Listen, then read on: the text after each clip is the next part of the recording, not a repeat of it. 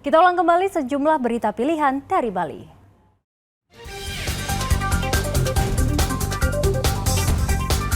Enam belas kepala negara dipastikan akan hadir pada puncak konferensi tingkat tinggi G20 di Bali.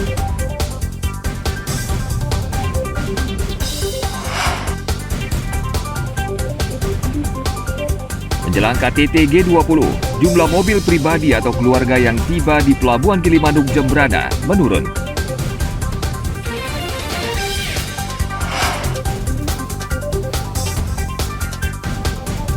Menikmati kelezatan kuliner tipat tahu gerenceng yang telah ada sejak tahun 1960.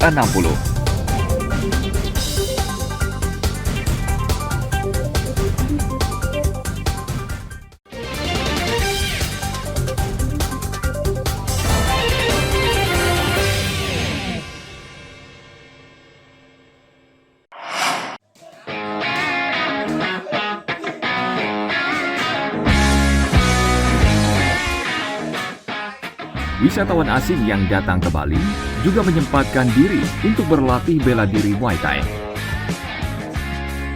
Salah satu tempat latihan bela diri asal Thailand ini terdapat di wilayah Kerobokan Badung.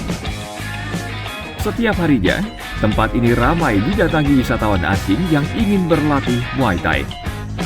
Untuk sekali latihan, wisatawan dipungut biaya Rp90.000.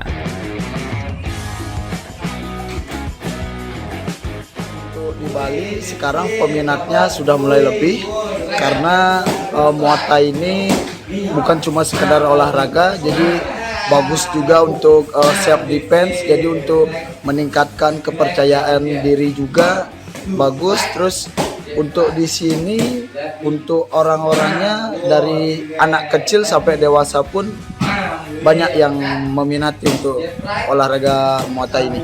Kalau boleh tahu rata-rata umurnya dari berapa, Pak? Umurnya dari Termuda sampai yang tertua berapa, Mas? dari 9 tahun sampai ada yang sampai 60 tahun. 60 tahun. Ya. Kalau boleh tahu itu dari dibanding mancanegara banyak juga peminatnya, Mas. Untuk di sini kita lebih ke mancanegara. Kalau boleh tahu dari wisatawan apanya, Mas? Lebih banyak dari Australia sama Rusia. Rusia. Ya. Berarti olahraga ini masih potensial dikembangkan. Ya? Masih. Oke. Ini dari tahun berapa, Mas? Dibukanya? Ini untuk tahunnya saya kurang tahu karena saya baru masuk ini sekitaran 5 tahun. 5 tahun. Ya. Wisatawan asing yang berlatih Muay Thai sebagian besar berasal dari Australia dan Rusia. Olahraga ini diminati oleh berbagai kalangan, mulai anak-anak hingga orang dewasa. Melihat tingginya minat peserta latihan, Muay Thai potensial dikembangkan sebagai wisata olahraga di Bali. Agung Gede Agung melaporkan dari Badung.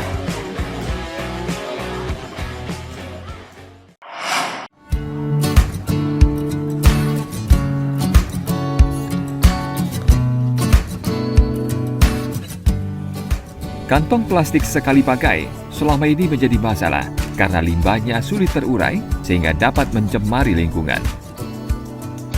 Namun di tangan seorang warga di Kabupaten Badung, sampah plastik ternyata bisa diolah menjadi barang seni.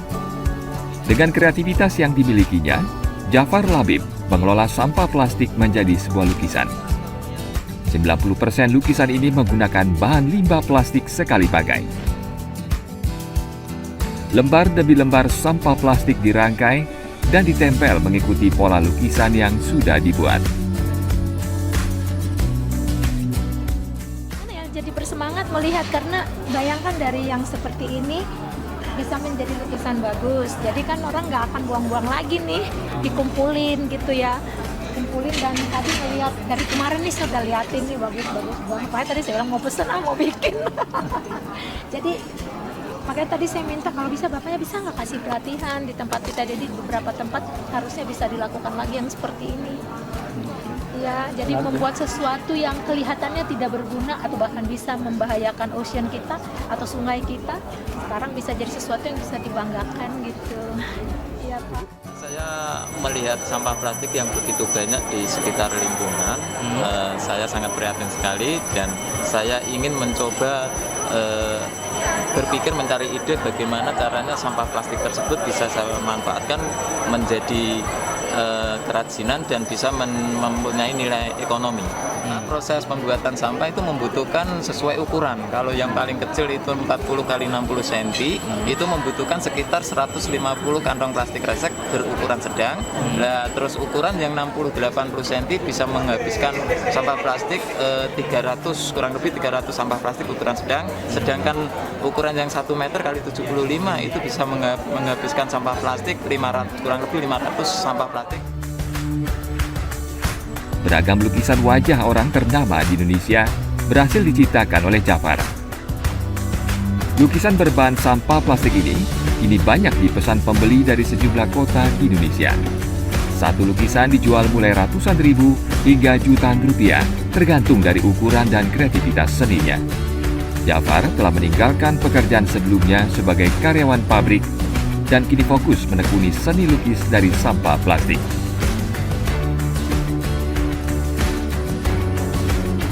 Tim Liputan melaporkan dari Bandung.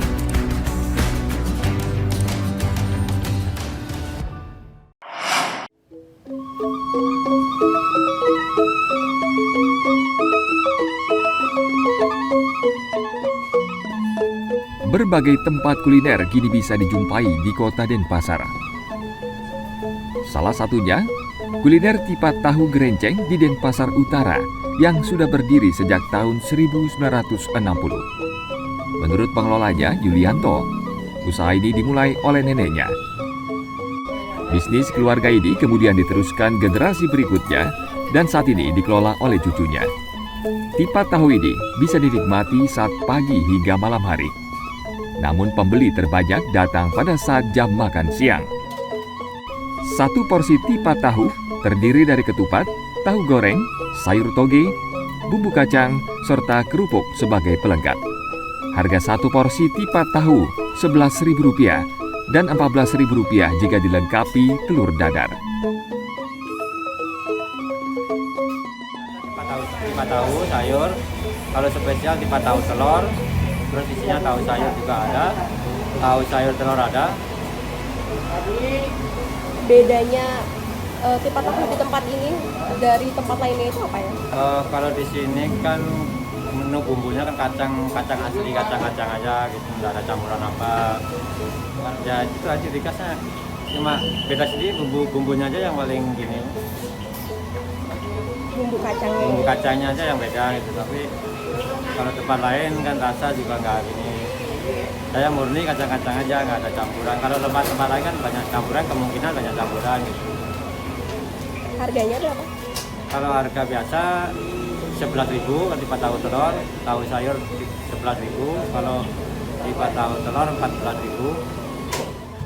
Saya mesennya tipat tahu sama telur. Gimana tuh Bu rasanya? Udah bisa bilang karena enaknya gitu. Yang tidak enak makan jadinya enak. Kalau di sini sih rasanya pas. Ya manisnya lah, apanya pokoknya ini di sini pas rasanya, dari rasanya. Menurut saya sih selera saya.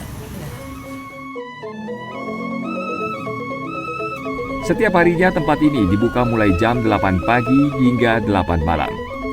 Penjual tipat tahu tetap mempertahankan cita rasa dan resep turun-temurun, sehingga makanan ini tetap disukai para pelanggannya. Dayu Trilaksmi melaporkan dari Denpasar.